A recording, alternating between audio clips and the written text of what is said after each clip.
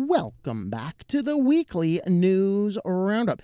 This is the Privacy and the AI Overlords edition. These are recorded live Fridays 9 p.m. Eastern Standard Time on several different platforms. So you can go ahead and join us on over there if you'd like to catch the show live, and always at the website switchedtolinux.com/live. We'll actually have the next live or the most recent live. I update it the day that we do a live show. Let me just readjust that microphone there so it's not interfering with my green screen, and hopefully you can still hear me all right. Let me crank up my gain ever so slightly so I can talk a little bit quieter. Of course, I'll still scream like a raving lunatic anyway, but that's okay. You guys all know not to listen to the show on headphones. All right, let's go ahead and get started on in. First up is from Tech Radar. Your Ring camera features are about to change. Now, if you go back and watch the tinfoil hat time video that I did specifically looking at the Ring cameras, I thought about this as I looked at this video going, oh, yeah, you know what this is? This is a ploy to get more people to sign up to their stuff because it allows Amazon, by their terms of service, to collect your recordings longer, which gives law enforcement and other, other people longer and better access to your information. So particularly this had to do with two specific features. One of the features was in the what are the name of them called? So one of them is the one that says that I've left, and one of them is the one that says that I'm at home and I'm not going anywhere, both which will cause the Ring cameras to not trigger as much. So the one of them is like at home. They're literally listed in here, and I can't remember exactly what they're called. But the one of them, if you're home and you have like the inside Ring cameras, you tell it you're home, and then it's not going to trigger every time you walk by the camera in your underwear or something. So that's what you're doing. The other one is to set when you're leaving to tell it to go ahead and arm all the sensors and send you notifications. Well, those simple functions of the device are now locked behind the paywall. So you have to get the expanded monthly subscription, which also allows Amazon to keep all of your information, like all of your camera clips, and then gives a whole lot better information to police if they happen to want it with or without a warrant based on their own desire. I covered all these terms of services and all inside that tinfoil hat time video looking at the Ring cameras. And what this is to me, it looks as though it is simply a way to get more people onto that particular one. So one is the home mode and the away modes is what those were called. So if you have Ring, shame on you. But if you do, and you are about to lose access on March 29th, you will lose access to the home and away modes on the official app. Unless you have the Amazon Alexa subscription. And forget the name of the one that we covered it in detail in that tinfoil hat time video where it covers all that type of stuff. All right. Next article, U.S. military signs contracts to put facial recognition on drones. This is very interesting. One of the spots I was camping at recently, they actually had a study going on, and you could actually have drones floating by. They were looking at the impact on waterfowl during, standard big game hunting seasons. And so these drones, how long before all these drones happen to have these on? Now, we're talking, though, as a friend of mine who might be watching this, I have to tip of the hat to this one because we had this discussion last time I was over there. There's a difference between the drones like this gentleman has here in the picture and the mobile phone, 4 copter drones, and the massive, huge over-the-air drones that are typically what we see drone strikes, the drones, massive high-altitude surveillance stuff. All of these are all used in the context of the same word drone, which kind of muddies the water with the military, so we don't always know exactly what they're talking about. Maybe that's part of their plan, to make sure we don't actually know what they're talking about. And so with that being said, maybe they don't want to clarify definitions, but this specifically refers to the little 4-propeller drones that you might be handled by a smartphone or whatever else. That's specifically, I think, the drones it was working with. Mostly the super high surveillance ones, they generally don't have good enough cameras, and with the high altitude can't do what it needs for facial recognition. But if you get a low altitude drone going through an area, you could actually pick up enough information to do all of the actual facial recognition on those particular drones. So that is kind of coming to us now. And so how long before the military's like, we need to sell those off to get the bigger ones because we need to buy another, $5,000 screwdriver. So they just sell it to the local police department, increase the militarization of the police department. Now the police department has a drone with facial recognition. Isn't that exciting? And next, still sticking with the government and their crazy unscrupulousness here, the Secret Service and ICE conducted warrantless Stingray surveillance, says Watchdog. I wonder if I got caught up in all this. I was actually chilling out for a half hour in the hot springs down in Big Bend Park, which literally is a 15-foot wide, very shallow Rio Grande River. So literally I could just sit there in the hot tub. I was relaxing. I could pick up a stone and throw it to Mexico. So I was that close to the border. In fact, I'm walking back. There's signs in the parking lot like high crime area, lock away valuables. I'm walking back on the path and I see 3 horses chained up or tied up on the other side, on the Mexican side of the river, and here's 3 Mexican dudes walking out of the parking lot fording the river. I'm like, oh Lord, what's going on? Well, they were just international merchants. They were kind of selling stuff at the little honor box place in the parking lot. They were just going there collecting their money and stuff. So that was fun, kind of fun.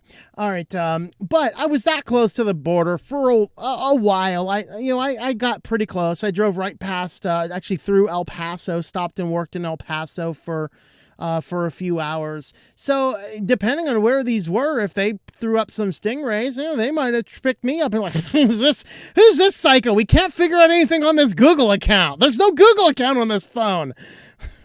Ha ha ha.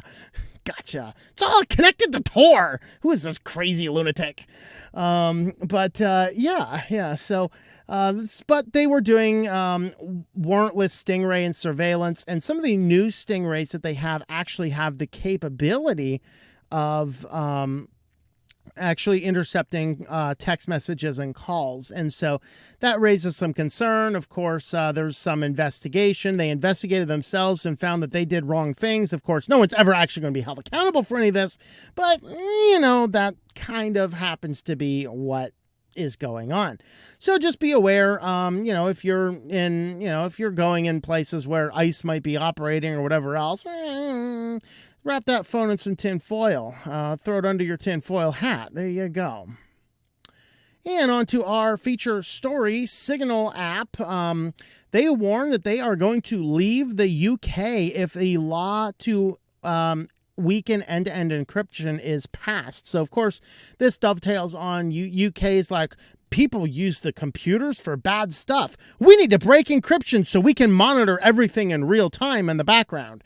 Of course, the United States government would love this to happen because, of course, they can't legally wiretap us, but MI6 can, and they can just go ahead and we'll just ask them for information. We'll give them like a couple, tea and crumpets or something, and they'll give us all the information on everyone in the world that we want. Does this lady kind of look like Michael Jackson? Anybody else? Meredith Whittaker, the boss of Signal. It looks like she's like singing Billie Jean or something. I mean, this is frightening. I just noticed that. Michael Jackson didn't really die. He became a she and took over Signal. You heard it here first. All right, but anyway, Meredith Whittaker, the head of messaging Signal app, warned that it will quit the UK if the forthcoming online safety bill weakens end-to-end encryption. So basically, the UK government wants to have a backdoor into everything. Makes about as much logical sense as requiring IDs to access certain websites in Louisiana. But, you know, these people who are ignorant of how technology works, it was like, okay, that's great. Yeah, we're going to have a back door. That won't be abused by anybody for any nefarious or odd purposes.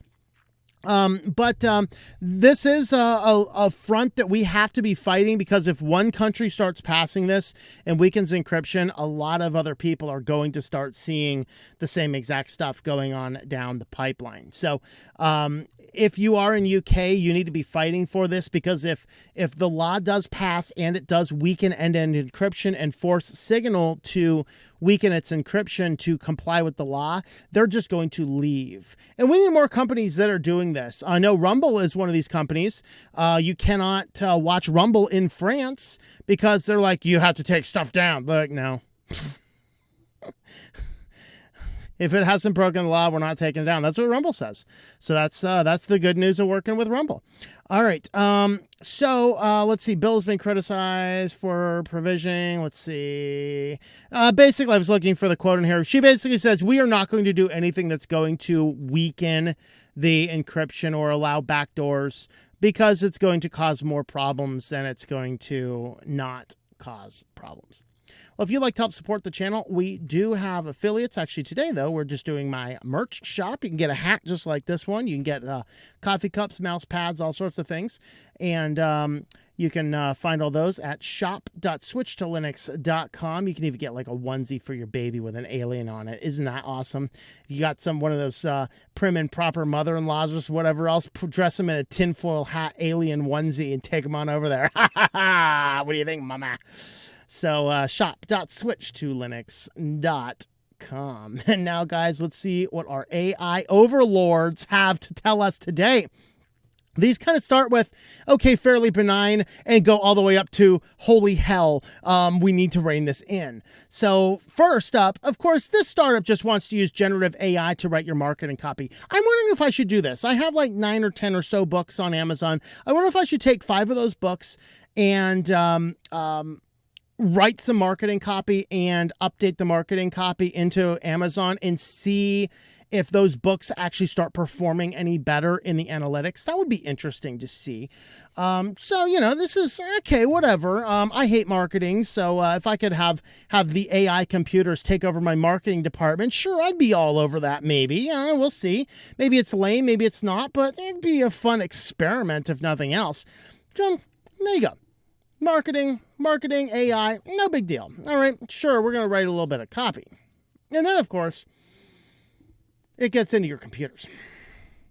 Microsoft, despite, by the way, Microsoft does not have a good record out of AI. Okay, other companies have been able to rein in AI pretty well. Microsoft's got Microsoft Tay. If you've never heard of Microsoft Tay before, look up Microsoft Tay. They had to take it down in like 48 hours because the thing literally became Hitler. I mean, it literally started fine. Never mind. We don't even want to go there. This isn't banned news. But it literally became the only example of white supremacy I think I've ever actually seen in real life, was Microsoft Tay. Of course, then it started getting all weird, telling somebody to go and divorce his wife and live with it instead. And then it started doing a lot of other weird things, so much so Microsoft put limitations on how much an individual person could use it in a session and how much time in a month to prevent weird stuff from happening. So Microsoft's like, hey, let's put it in Windows 11. Isn't that great, everybody? So pretty soon you're going to have ChatGPT inside of your Windows 11. Would you like me? Never mind. So Microsoft adds AI-powered search to Windows computers despite its deranged responses. So here's where it kind of wants to be free. And then Microsoft continues to double down on ChatGPT AI technology, announcing integration of its AI-powered Bing search engine into desktop versions of Windows 11 Microsoft operating system, despite the disturbing responses from the brand new artificial intelligence. I just had a thought today thinking about this. Right now, the AI is training itself on things on the net, but we've also documented how much people are absolutely utilizing AI to repopulate the net. So the AI is going to start training itself on its own stuff. It will literally become the greatest example of an echo chamber, which is going to destroy the internet. Very interesting, but that's what Microsoft's trying to do. So they're cramming this guy into your Windows computers. So if you've been trying to avoid it by not going to stuff, then hey, it's just going to pop up in front of you. How long before they force you to use it? I am your AI. You must interact with me. It's going to be like there was a fascinating, there was a parody half episode of Adventures in Odyssey, which was based on the HAL 9000 computer takes over a kid through the computer. Very interesting and fairly dark episode, I gotta say. But if you're seriously interested in what it is, shoot me an email and I'll shoot you back what the episode title is. You'll have to go and track it down. But it is a very interesting, very disturbing thing where the computer is literally AI and the AI computer takes over a kid. And this episode is from like 10 years ago, 15 years ago, maybe even older than that. That is how oftentimes this stuff is like floating around. We're like, what's going on? Well, it's going to start happening inside your computers. Of course, that's just like, okay, slightly less benign. Good feelings gone.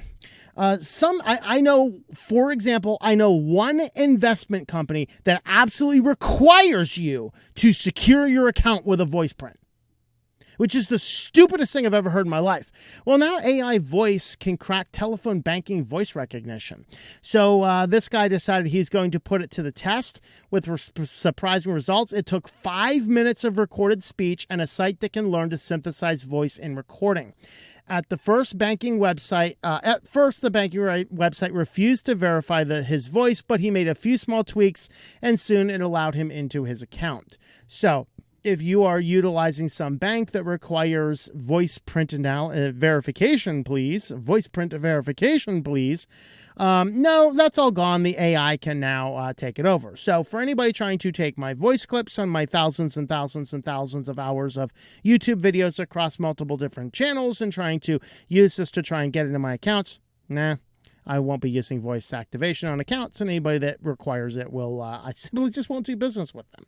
So that's my thought. But yeah, so it just 5 minutes of talking, and the AI can crack your bank based on your voice print. Isn't that awesome? And now we're just getting into the dark dystopian future. Oh man, I should have changed my affiliate. Oh well, whatever. Scientists now want to create AI using real human brain cells. I think we're getting perilously close to Matrix. However, that is not the first movie in today's dystopian future. I should really have a section soon talking about the dystopian movies that are actually coming to real life. So basically, what they're doing is they're realizing that the computers and the way linear processing works isn't quite as good and powerful for AI, where in AI it wants to use more of a three-dimensional modeling system, which is the way our brain cells work. So how do you do that? Well, you need to start utilizing neuro brain cells, because the way brain cells work, we can put, I think it's like several terabytes of data on a single brain synapse. And so now they're trying to work on, okay, here it is down here. The human brain has incredible capacity. The average noggin can store an estimated 2,500 terabytes. According to this research paper, they envision complex 3D cell structures that would be connected to AI machine learning. So we're learning the physical limits of silicon chips because we cannot pack more transistors into a tiny chip, he says. But the brain is wired completely different. It has about 100 billion neurons linked through 1,015 connection points. It's an enormous power difference compared to our current technology. So let's just start manufacturing human brains inside of cells and use this to array our AI models. Are you just asking for Skynet to take us over? I mean, whatever. Well, if you'd like to help and support the channel, we do have a subscribe star page, at least as long as the world tarries on. So you can jump on over there to subscribestar.com/switchedtolinux. so you can jump on over there. We'll have the links for the you'll have the links for the Thursday shows. I also have the articles and the videos of the tinfoil hat times before they come out, and I'm thinking about new things down the road as well, but limited amounts of time. But you can help support the channel if you'd like to keep me in business. Subscribestar.com/switched-to-linux. With that, guys, thanks for watching, and we will see you next time. Thank you for watching this video from Switched to Linux. This channel would not be possible without the backing of the program supporters scrolling on the screen now. You can be a supporter at Patreon at patreon.com/TOMM or at thinklifemedia.com. I also want to thank the open source community who creates such excellent software that makes producing this show possible. Please remember to support your software communities. Thank you, and I hope that you enjoy switching to Linux.